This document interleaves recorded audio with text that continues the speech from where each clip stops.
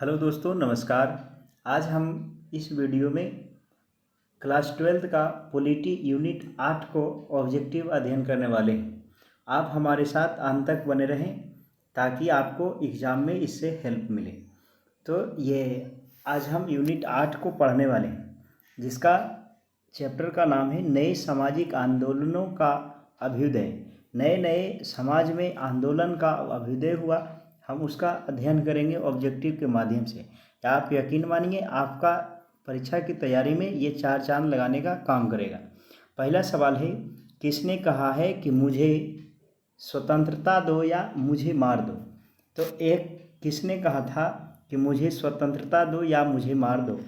तो इसका सही जवाब जो हो जाएगा, आपको बताना है किसने कहा था।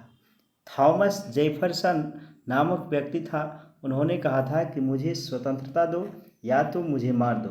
स्वतंत्रता सभी व्यक्तियों को पसंद होता है, तो इसका सही जवाब हो जाएगा थॉमस जेफरसन।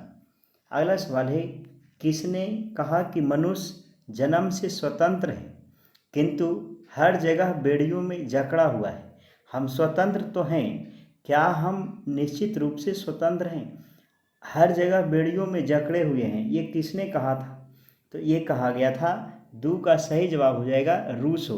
एक महान दार्शनिक था, इसके द्वारा कहा गया था कि मनुष्य जन्म से स्वतंत्र है परंतु हर जगह बेड़ियों में जकड़ा हुआ है। तो इसका सही जवाब हो जाएगा रूसो।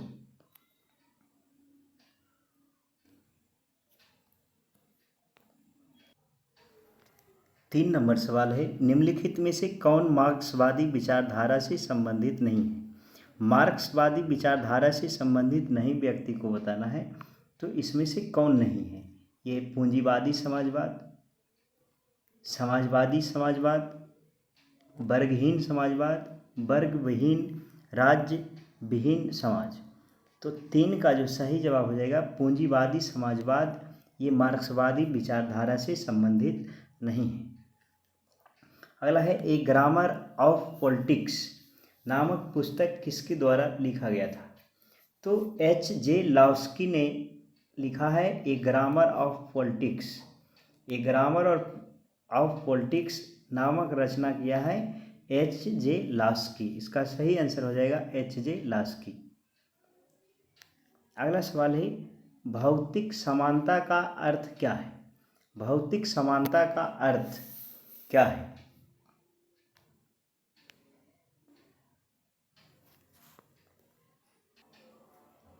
भौतिक समानता का अर्थ क्या है? धार्मिक समानता, सामाजिक समानता, वितरणात्मक समानता, वैधानिक समानता। तो इसका जो सही जवाब हो जाएगा 5 का ऑप्शन सी, वितरणात्मक समानता। इसका सही आंसर है भौतिक समानता का अर्थ है। अगला सवाल है, किस सिद्धांत के अनुसार वर्ग विहीन समाज में ही न्याय उपलब्ध हो सकता है? किस सिद्धांत के अनुसार वर्ग विहीन समाज में न्याय हो सकता है? विविध शास्त्रवादी, मार्क्सवादी, उदारवादी, लोकतांत्रिक समाजवाद। तो पहला ऑप्शन है विविध शास्त्रवादी, मार्क्सवादी, उदारवादी, लोकतांत्रिक समाजवाद। तो 6 का सही जवाब हो जाएगा ऑप्शन बी, मार्क्सवादी सिद्धांत के अनुसार वर्गविहीन व्यक्तियों में समाज में न्याय उपलब्ध हो सकता है मार्क्सवादी विचारधारा के अंतर्गत। अगला है 7 नंबर सवाल, अनुसूचित जाति संघ का स्थापना किसके द्वारा किया गया था? मायावती, जो यूपी का है, वो मुख्यमंत्री भी रह चुकी है, भीमराव अंबेडकर, पंडित जवाहरलाल नेहरू, कांशीराम। किसके द्वारा अनुसूचित जाति संघ का स्थापना किया गया था? 7 का सही जवाब हो जाएगा, अनुसूचित जाति संघ का स्थापना करने वाले थे डॉक्टर भीमराव अंबेडकर के द्वारा अनुसूचित जाति संघ का स्थापना किया गया था। अगला सवाल है, नागरिक निष्क्रियवाद पदबंध प्रतिपादित किसके द्वारा किया गया था? नागरिक निष्क्रियवाद पदबंध प्रतिपादित किया गया था किसके द्वारा? ये जवाब बताना है, तो 8 का सही जवाब हो जाएगा ऑप्शन बी, एंथोनी गिडिंस ने। एंथोनी गिडिंस ने किया था नागरिक निष्क्रियवाद पदबंध का प्रतिपादन। इसका सही जवाब हो जाएगा एंथोनी गार्डियंस। अगला सवाल है, बिहार के आरा जिसको चंदवा गांव में किस दलित नेता का जन्म हुआ है। यह आपको ध्यान रखना है। बिहार के आरा में, आरा बक्सर, तो वहाँ किस दलित नेता का जन्म हुआ था। तो 9 का सही जवाब हो जाएगा जगजीवन राम। बाबू जगजीवन राम का जन्म हुआ था आरा की चंदवा नामक गांव में। यह एक दलित नेता थे। इसका सही जवाब हो जाएगा 9 का 1 जगजीवन राम। 10 नंबर सवाल है। 10 नंबर सवाल है, सरदार सरोवर योजना किस नदी पर स्थित है। सरदार सरोवर बांध भी है, यह एक योजना भी है। तो बताइए यह किस नदी पर है। अच्छा क्वेश्चन है। 10 का सही जवाब हो जाएगा ऑप्शन बी। सरदार सरोवर योजना नर्मदा नदी पर स्थित है। तो इसको ध्यान रखना है, नर्मदा नदी, नर्मदा नदी के तट पर यह सरदार सरोवर योजना। और सरदार वल्लभ भाई पटेल का सबसे बड़ा मूर्ति भी नर्मदा नदी के तट पर केवड़िया जगह में है, गुजरात में। अगला है, भारतीय किसान यूनियन की शुरुआत किस राज्य में हुआ था। भारतीय किसान यूनियन का शुरुआत किस राज्य में हुआ था। ऑप्शन है ये उत्तर प्रदेश में, पंजाब में, हरियाणा में, बिहार में। तो भारतीय किसान यूनियन का स्थापना किस राज्य से शुरुआत किया गया था। इसका सही आंसर हो जाएगा बिहार। बिहार में किसान यूनियन, भारतीय किसान यूनियन का शुरुआत किया गया था। अगला है, गोलपीठ कविता के कवि क्या हैं। गोलपीठ कविता के कवि कौन हैं। 12 का सही जवाब हो जाएगा ऑप्शन 4।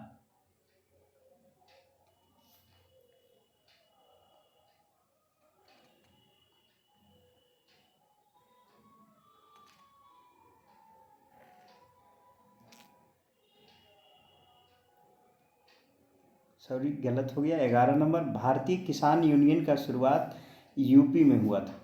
भारतीय किसान यूनियन का शुरुआत यूपी में हुआ था। तो इसका सही जवाब हो जाएगा उत्तर प्रदेश में। अगला सवाल है, गोलपीठ कविता के कवि का क्या नाम था। तो नामदेव ठसाल जो हैं गोलपीठ कविता के कवि की रचना किए हैं। नामदेव ठसाल ने गोलपीठ कविता का रचना किया है। तो 12 का सही जवाब हो जाएगा ऑप्शन 4। इसका सही जवाब है ऑप्शन 4, नामदेव ठसाल। अगला है, किसे नए सामाजिक आंदोलन की श्रेणी में नहीं रखा जा सकता है। सामाजिक आंदोलन में वह नहीं गिनती आएगा। ऑप्शन है चिपको आंदोलन, नर्मदा आंदोलन, टेहरी बांध आंदोलन, गृह स्वराज आंदोलन। 13 का जो सही आंसर हो जाएगा गृह स्वराज आंदोलन। घर में जो अपना आंदोलन होता है उसको सामाजिक आंदोलन के अंतर्गत नहीं रख सकते हैं आप, जो घर में कलह कलेश होता है। तो इसका सही जवाब हो जाएगा गृह स्वराज आंदोलन को हम सामाजिक आंदोलन की श्रेणी में नहीं रख सकते हैं।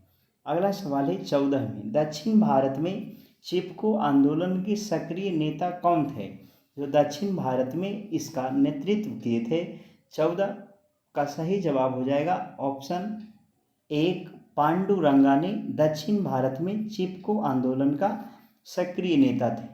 इसका सही जवाब हो जाएगा पांडुरंगा। 15 नंबर सवाल है, किसने कहा है कि जंगल हमारी मायका है, हम इसे किसी भी कीमत पर काटने नहीं देंगे। रैनी गांव की महिला, महात्मा गांधी की 2 शिष्यां मीराबेन और सरलाबेन। आपको ध्यान रखना, महात्मा गांधी का 2 शिष्या का नाम है मीराबेन और सरलाबेन, ये हमेशा उसके साथ रहते थे। प्रसिद्ध पर्यावरण बंगारी मथाई उपयुक्त सभी ने। तो 15 का जो सही आंसर हो जाएगा, रैनी गांव की महिला ने कहा था कि जंगल हमारी मायका है, हम इसे किसी भी कीमत पर काटने नहीं देंगे। तो इस तरह का आंदोलन हुआ था। रैनी गांव की महिला ने कहा था कि जंगल हमारी मायका है, हम इसे काटने नहीं देंगे। अगला सवाल है 16 नंबर, दलित पैंथर्स का स्थापना किसने किया था, कब किया गया था। दलित पैंथर्स नामक संगठन का स्थापना कब किया गया था, ये आपको ध्यान रखना है। 1972 ईस्वी में दलित पैंथर्स का स्थापना किया गया था। 1972 ईस्वी में भारत ने बांग्लादेश को पाकिस्तान से स्वतंत्र कर दिया था, ये भी आपको ध्यान रखना है। दलित पैंथर्स का स्थापना जो किया गया था वो किया गया था दलित युवाओं के द्वारा, जो गरीब युवा थे उनके द्वारा दलित पैंथर्स का स्थापना किया गया था। 17 का सही जवाब हो जाएगा दलित पैंथर्स। अगला सवाल है दलित पैंथर्स की मुख्य नीतियां क्या थी? दलित पैंथर्स की मुख्य नीतियां क्या थी? 18 का सही जवाब हो जाएगा दलित पर हो रहे अत्याचारों से बचाना। हमारे पुराने समाज में दलितों पर बहुत अत्याचार किया जाता था बड़े बड़े जातियों के द्वारा, तो दलित पैंथर्स का यही मुख्य उद्देश्य था कि दलित पर जो हो रहे अत्याचार है उससे बचाना था। इसका सही जवाब हो जाएगा दलित पर हो रहे अत्याचारों से बचाना। अगला सवाल है भारतीय किसान यूनियन की प्रमुख मांगें क्या थी? भारतीय किसान यूनियन का मांग क्या था, ये जवाब बताना है। ऑप्शन है गन्ने एवं गेहूं की खरीद के मूल्य में बढ़ोतरी, समुचित उचित मूल्य पर बिजली आपूर्ति हो, किसान का बकाया कर्ज माफ हो, उपर्युक्त में से कोई नहीं। तो उस समय गन्ने और गेहूं की सरकारी खरीद मूल्य में बढ़ोतरी करने का भारतीय किसान यूनियन का प्रमुख मांगे थी। इसका सही जवाब हो जाएगा ऑप्शन 1 गन्ने एवं गेहूं की खरीद के मूल्य में बढ़ोतरी। अगला सवाल है ताड़ी विरोधी आंदोलन भारत के किस राज्य का आंदोलन हुआ था? आंध्र प्रदेश, गुजरात, बिहार, उत्तर प्रदेश। एंटी अरैग मूवमेंट, ताड़ी विरोधी आंदोलन एंटी अरैग मूवमेंट भारत के किस राज्य से संबंधित है? 20 का सही जवाब हो जाएगा ऑप्शन 1 आंध्र प्रदेश। आंध्र प्रदेश भाषा के आधार पर भी बनने वाला पहला राज्य है, आपको ये ध्यान रखना है, और पंचायती व्यवस्था को लागू करने वाला दूसरा राज्य, तो इसको ध्यान रखना है। ताड़ी विरोधी आंदोलन आंध्र प्रदेश से ही संबंधित है। हम पुराने क्वेश्चन को भी रिपीट कर देते हैं ताकि आपको और ज़्यादा से ज़्यादा फायदा हो सके। 21 नंबर सवाल है निम्नलिखित में से कौन सा आंदोलन महिलाओं द्वारा स्फूर्ति आंदोलन से संबंधित है? कौन सा आंदोलन महिलाओं द्वारा स्वतः स्फूर्त आंदोलन था? नर्मदा बचाओ आंदोलन, ताड़ी विरोधी आंदोलन, नेशनल फिश वर्क्स फोरम, उपर्युक्त में से कोई नहीं। 21 का सही जवाब हो जाएगा महिलाओं द्वारा स्वतः स्फूर्त आंदोलन था। इसका सही जवाब हो जाएगा ताड़ी विरोधी आंदोलन। महिलाओं द्वारा स्वतः स्फूर्त आंदोलन था ताड़ी विरोधी आंदोलन। इसका सही जवाब हो जाएगा ताड़ी विरोधी आंदोलन। अगला सवाल है ताड़ी विरोधी आंदोलन का मुख्य कारण क्या था? ऑप्शन है पुरुषों द्वारा गांव छोड़कर पलायन करना, पुरुषों में साक्षरता दर बढ़ाना, पुरुषों में शारीरिक एवं मानसिक कमजोरी में वृद्धि करना, पुरुषों द्वारा मांसाहारी भोजन की प्रमुखता दिया जाना। 22 का जो सही जवाब हो जाएगा ऑप्शन सी पुरुषों में शारीरिक एवं मानसिक कमजोरी में वृद्धि करना ताड़ी विरोधी का मुख्य कारण था कि पुरुषों में ताड़ी से शारीरिक एवं मानसिक कमजोरी होता है, इसी का विरोध करना। इसका सही जवाब हो जाएगा पुरुषों में शारीरिक एवं मानसिक कमजोरी में वृद्धि करना। अगला है भारत में अभी कितने प्रतिशत क्षेत्र में वन है? भारत में अभी कितने प्रतिशत क्षेत्र में वन है? अच्छा क्वेश्चन है। 23 का सही जवाब हो जाएगा 50% क्षेत्र पर वन है। भारत में 50% क्षेत्र पर वन है। अगला है चिपको आंदोलन का मुख्य उद्देश्य क्या था? ऑप्शन है कृषि का विकास करना, पर्यावरण का रक्षा करना, गांधीवादी विचारों का प्रचार प्रसार करना, उपर्युक्त में से कोई नहीं। तो इसका जो सही जवाब हो जाएगा चिपको आंदोलन का मुख्य उद्देश्य जो था पर्यावरण का रक्षा करना। चिपको आंदोलन का प्रणेता थे सुंदरलाल बहुगुणा, उनका कोरोना के समय में डेथ हो गया। इसका सही जवाब हो जाएगा पर्यावरण का रक्षा करना चिपको आंदोलन का मुख्य उद्देश्य हुआ था। अगला है दलित पैंथर्स का स्थापना किस स्टेट में किया गया था? 25 का सही जवाब हो जाएगा दलित पैंथर्स का स्थापना करने वाला स्टेट जो था वह महाराष्ट्र था। महाराष्ट्र में दलित पैंथर्स का स्थापना किया गया था। अगला सवाल है, सरदार सरोवर परियोजना के संबंध में निम्नलिखित में से कौन सा विकल्प सही है? यह दुनिया का सबसे बड़ा बांध है। सरदार सरोवर परियोजना यह नर्मदा नदी पर केंद्रित है। यह एक बहुउद्देशीय परियोजना है। तो सरदार सरोवर परियोजना के बारे में इनमें से सभी सही हो जाएंगे। यह दुनिया का सबसे बड़ा बांध है, दूसरा बड़ा बांध है, यह नर्मदा नदी पर है और यह एक बहुउद्देशीय परियोजना है। आपको यह ध्यान रखना है, बहुउद्देशीय परियोजना को भारत के प्रथम प्रधानमंत्री पंडित जवाहरलाल नेहरू ने भारत का मंदिर, मस्जिद और गुरुद्वारा के नाम से संबोधित किया था कि बहुउद्देशीय परियोजना जो है हमें बहुत सारे उद्देश्यों को पूर्ति करता है, इसलिए इसे भारत का मंदिर, मस्जिद, गुरुद्वारा कहा था कि इससे आप जो मांगेंगे वो दे देगा। तो इसका सही जवाब हो जाएगा उपर्युक्त सभी सही है। 26 नंबर है, नर्मदा बचाओ आंदोलन क्यों चलाया गया था? नर्मदा बचाओ आंदोलन जो चलाया गया था पर्यावरण की रक्षा करने के लिए, विस्थापित की समस्या को समाधान हेतु, नर्मदा के किनारे भूमि को जलमग्न होने से बचाने के लिए। तो इसका सही जवाब हो जाएगा उपर्युक्त सभी कारणों से नर्मदा बचाओ आंदोलन चलाया गया था। इसका सही जवाब हो जाएगा उपर्युक्त सभी कारणों से। अगला सवाल है, मेधा पाटकर द्वारा नर्मदा बचाओ आंदोलन का नेतृत्व कब से शुरू किया गया था? मेधा पाटेकर ने नर्मदा बचाओ आंदोलन का नेतृत्व कब से शुरू किया?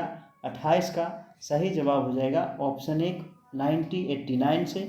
इसका सही आंसर है 1989 ईस्वी से मेधा पाटेकर ने नर्मदा बचाओ आंदोलन का नेतृत्व किया था। अगला सवाल है, नर्मदा बचाओ आंदोलन का प्रमुख नेता कौन है?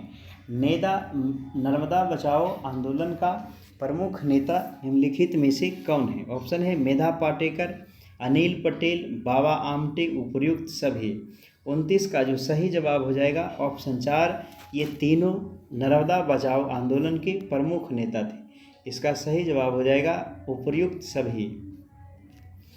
अगला सवाल है, सूचना का अधिकार का आंदोलन कब से शुरुआत हुआ था? सूचना के अधिकार का आंदोलन कब से शुरुआत हुआ था? तो इसका सही जवाब हो जाएगा 1990 ईस्वी से सूचना के अधिकार आंदोलन का शुरुआत किया गया था। अगला है, सूचना के अधिकार आंदोलन किस राज्य से शुरू किया गया था? 31 का सही जवाब हो जाएगा ऑप्शन 1 राजस्थान से। राजस्थान भारत का सबसे बड़ा राज्य है क्षेत्रफल की दृष्टि से। इसका सही जवाब हो जाएगा राजस्थान। अगला सवाल है, सूचना का अधिकार अधिनियम भारतीय संसद से कब पास हो गया? 32 का सही जवाब हो जाएगा ऑप्शन सी, पास हुआ 2005 में, लेकिन लाया गया था 1990 ईस्वी में। अगला सवाल है, सूचना के अधिकार पूरे भारत में कब से लागू कर दिया गया था? 33 का सही जवाब बताना है, सूचना का अधिकार कब से पूरे भारत में लागू कर दिया गया? तो 12 अक्टूबर 2005 से सूचना का अधिकार पूरे भारतवर्ष में लागू कर दिया गया था। इसका सही जवाब हो जाएगा 12 अक्टूबर 2005। अगला सवाल है, चिपको आंदोलन के बारे में निम्नलिखित में से कौन सा सही है? यह पेड़ों की कटाई के लिए रोकने के लिए पर्यावरण आंदोलन चलाया था। चिपको आंदोलन के संस्थापक चंडी प्रसाद भट्ट थे। सुंदरलाल बहुगुणा वनों को पुनः हरित करने की हिमायती थे। उपर्युक्त सभी। तो 34 का जो सही जवाब हो जाएगा ऑप्शन 4, इनमें से सभी सही है। इसका सही आंसर है उपर्युक्त सभी सही है। यह पेड़ों की कटाई को रोकने के लिए पर्यावरण चलाया गया था। चिपको आंदोलन का संस्थापक चंडी प्रसाद थे। सुंदरलाल बहुगुणा वनों को पुनः हरित करने में हिमायती थे। अगला सवाल है, एम.एस. स्वामीनाथन का संबंध किससे है? ऑप्शन है श्वेत क्रांति से, नीली क्रांति से, ऑपरेशन फ्लड से, हरित क्रांति से। एम.एस. स्वामीनाथन का संबंध हो जाएगा श्वेत क्रांति से। 35 का सही जवाब हो जाएगा श्वेत क्रांति से एम.एस. स्वामीनाथन का संबंध है। इसका सही आंसर है श्वेत क्रांति से एम.एस. स्वामीनाथन का संबंध है। श्वेत क्रांति दूध से संबंधित है, आपको ये ध्यान रखना है। अगला सवाल है, निम्नलिखित में से किस सामाजिक आंदोलन को श्रेणी में नहीं रखा जा सकता है? ये सवाल पुनः आ गया तो गृह स्वराज आंदोलन को हम सामाजिक आंदोलन के अंतर्गत तो नहीं रख सकते हैं। ये 2017 में पूछा गया सवाल है। अगला सवाल है, सामाजिक न्याय के साथ विकास किस पंचवर्षीय योजना का मुख्य उद्देश्य हुआ करता था? सामाजिक न्याय के साथ विकास किस पंचवर्षीय योजना का मुख्य उद्देश्य था? 35 का सही जवाब हो जाएगा ऑप्शन बी। पंचवर्षीय योजना भारत में पंडित जवाहरलाल नेहरू के द्वारा रूस के तर्ज पर लाया गया था। प्रथम पंचवर्षीय योजना 51 से 56 तक चला था। टोटल 12 पंचवर्षीय योजना भारत में पारित किया गया था, जबकि 2014 में योजना आयोग को ख़त्म कर करके नीति आयोग को मोदी सरकार के द्वारा ला दिया गया। नीति आयोग का full form national institution for transforming in India होता है, और नीति आयोग का जो अध्यक्ष होता है वो भारत का प्रधानमंत्री होता है। आपको ये ध्यान रखना है। इसका सही जवाब हो जाएगा तीसरी पंचवर्षीय योजना के दौरान सामाजिक न्याय के साथ विकास का इसका मुख्य उद्देश्य हुआ करता था। अगला सवाल है, सुंदरलाल बहुगुणा का नाम किस आंदोलन के साथ जुड़ा हुआ है? सुंदरलाल बहुगुणा का नाम जो है चिपको आंदोलन से जुड़ा हुआ है, चिपको आंदोलन से। तो 36 का सही जवाब हो जाएगा ऑप्शन 4, चिपको आंदोलन से सुंदरलाल बहुगुणा का संबंध है। चिपको आंदोलन में वहाँ की महिलाओं ने पेड़ों से चिपक गया था उसकी कटाई को रोकने के लिए, तो चिपको आंदोलन से संबंधित हो जाएंगे सुंदरलाल बहुगुणा। अगला सवाल है, चिपको आंदोलन में कौन संबंधित है? फिर से वही सवाल है कि कौन सा संबंधित है। तो 39 का सही जवाब हो जाएगा आपका ऑप्शन सी, सुंदरलाल बहुगुणा चिपको आंदोलन से संबंधित है। अगला सवाल है, नर्मदा परियोजना किस नदी पर केंद्रित है? नर्मदा परियोजना किस नदी पर है? 40 का सही जवाब हो जाएगा ऑप्शन ए, नर्मदा नदी पर। इसका सही आंसर है नर्मदा नदी पर नर्मदा घाटी परियोजना केंद्रित है। अगला सवाल है, भारतीय किसान यूनियन के संबंध में कौन सा कथन सही है? ऑप्शन है, भारतीय किसान यूनियन समृद्ध राज्यों में सक्रिय रहा। भारतीय किसान यूनियन आंदोलन के जातीय पंचायत का भरपूर प्रयोग किया। भारतीय किसान यूनियन राजनीति में दबाव सामूहिक तरह से कार्य करते हैं। उपर्युक्त सभी 41 का सही जवाब हो जाएगा ऑप्शन 4, इनमें से सभी सही हैं। इसका सही आंसर हो जाएगा ऑप्शन 4। अगला है, चिपको आंदोलन किस राज्य से शुरू हुआ था? 42 का सही जवाब बताना है, चिपको आंदोलन किस राज्य से शुरुआत हुआ था? तो 42 का सही आंसर जो हो जाएगा ऑप्शन बी, उत्तर प्रदेश से चिपको आंदोलन का शुरुआत हुआ था। अगला सवाल है, चिपको आंदोलन कब से शुरुआत किया गया था? 43 का सही जवाब हो जाएगा 1973 से चिपको आंदोलन का शुरुआत किया गया था। अगला सवाल है 44 नंबर, चिपको आंदोलन के संस्थापक कौन थे? चंडी प्रसाद भट्ट, सुंदरलाल बहुगुणा, पांडुरंगा, उपर्युक्त में से कोई नहीं। 44 का सही जवाब हो जाएगा चंडी प्रसाद भट्ट चिपको आंदोलन के संस्थापक थे। इसका सही आंसर हो जाएगा चंडी प्रसाद भट्ट चिपको आंदोलन का संस्थापक थे। अगला है, चिपको आंदोलन का प्रमुख नेता कौन थे? ऑप्शन है, चंडी प्रसाद भट्ट, सुंदरलाल बहुगुणा, गौरा देवी, उपर्युक्त सभी। 45 का जो सही जवाब हो जाएगा ऑप्शन 4, इनमें से सभी चिपको आंदोलन के प्रमुख नेता थे। पर्यावरण से चिपको आंदोलन संबंधित है। अगला सवाल है, तीसरी दुनिया का अर्थ ऐसे देश से होता है जो क्या है? अमेरिकी गुट के देश हैं, सोवियत गुट के देश हैं, दोनों गुट से अलग देश, दोनों गुट से संबंध रखने वाले देश। तो 46 का हो जाएगा दोनों गुट से अलग। दोनों गुट अर्थात अमेरिका का पूंजीवाद और रूस का साम्यवाद देश से अलग देश, उसको तीसरी दुनिया कहते हैं। तो दोनों गुट से अलग देश को तीसरी दुनिया के नाम से जानते हैं। इसका सही जवाब हो जाएगा दोनों गुट से अलग देश। अगला सवाल है, स्वतंत्र भारत में चिपको आंदोलन निम्नलिखित में से किस रूप में जाना जाता है? 47 का सही जवाब हो जाएगा ऑप्शन सी, जंगल सत्याग्रह और पर्यावरणीय चेतना को चिपको आंदोलन के रूप में जानते हैं। तो इसका सही जवाब हो जाएगा ऑप्शन सी, उपर्युक्त दोनों। अगला सवाल है, पर्यावरण दृष्टिकोण से किसी भी देश में कम से कम कितने प्रतिशत क्षेत्रफल वन होना चाहिए? 48 का सही जवाब हो जाएगा 75% पर वन होना चाहिए, जबकि भारत में 50% क्षेत्र पर ही वन है। अगला सवाल है, निम्नलिखित में से कौन सा कार्य चिपको आंदोलन का सूत्रधार रहा है?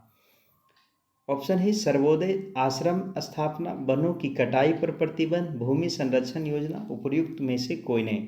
49 का जो सही जवाब हो जाएगा ऑप्शन 1 सर्वोदय आश्रम की स्थापना करना चिपको आंदोलन का सूत्रधार बना था, सर्वोदय आश्रय कार्यक्रम। अगला सवाल है 50 नंबर, 1974 में चमोली जिले में अंगू प्रजाति के वृक्षों को काटने का ठेका किस कंपनी को दिया गया था? किस कंपनी को दिया गया था? ऑप्शन है Tata company, Reliance company, Symonds company. तो 50 का जो सही जवाब हो जाएगा ऑप्शन सी साइमंड कंपनी को 1974 ईस्वी में चमोली जिले में अंगू प्रजाति के वृक्षों को काटने का ठेका दिया गया था। ऑप्शन सी हो जाएगा साइमंड कंपनी। अगला सवाल है, नर्मदा घाटी परियोजना से प्रभावित होने वाला राज्य कौन सा है? ऑप्शन है बिहार, यूपी, पंजाब, गुजरात, राजस्थान, मध्य प्रदेश, गुजरात, महाराष्ट्र। तो नर्मदा घाटी परियोजना से प्रभावित होने वाला राज्य जो हो जाएगा 51 का सही जवाब हो जाएगा मध्य प्रदेश, गुजरात और महाराष्ट्र। इसका सही आंसर है मध्य प्रदेश, गुजरात और महाराष्ट्र।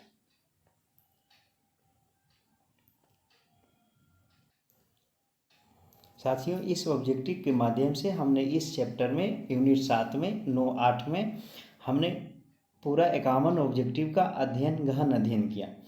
अगर ये आपको अच्छा लगा तो आप अपने सारे दोस्तों को भी शेयर करें और कमेंट के माध्यम से हमें सुझाव दे सकते हैं और आपको किस तरह से हेल्प किया जा सके। आप अगर हमारे PDF से जुड़ना चाहते हैं, PDF लेना चाहते हैं तो आप टेलीग्राम को ज्वाइन कर सकते हैं। टेलीग्राम का लिंक ग्रुप इसमें डिस्क्रिप्शन बॉक्स में दे दिया गया है। इसको पूरा देखने के लिए आपका बहुत बहुत धन्यवाद। Thank you very much.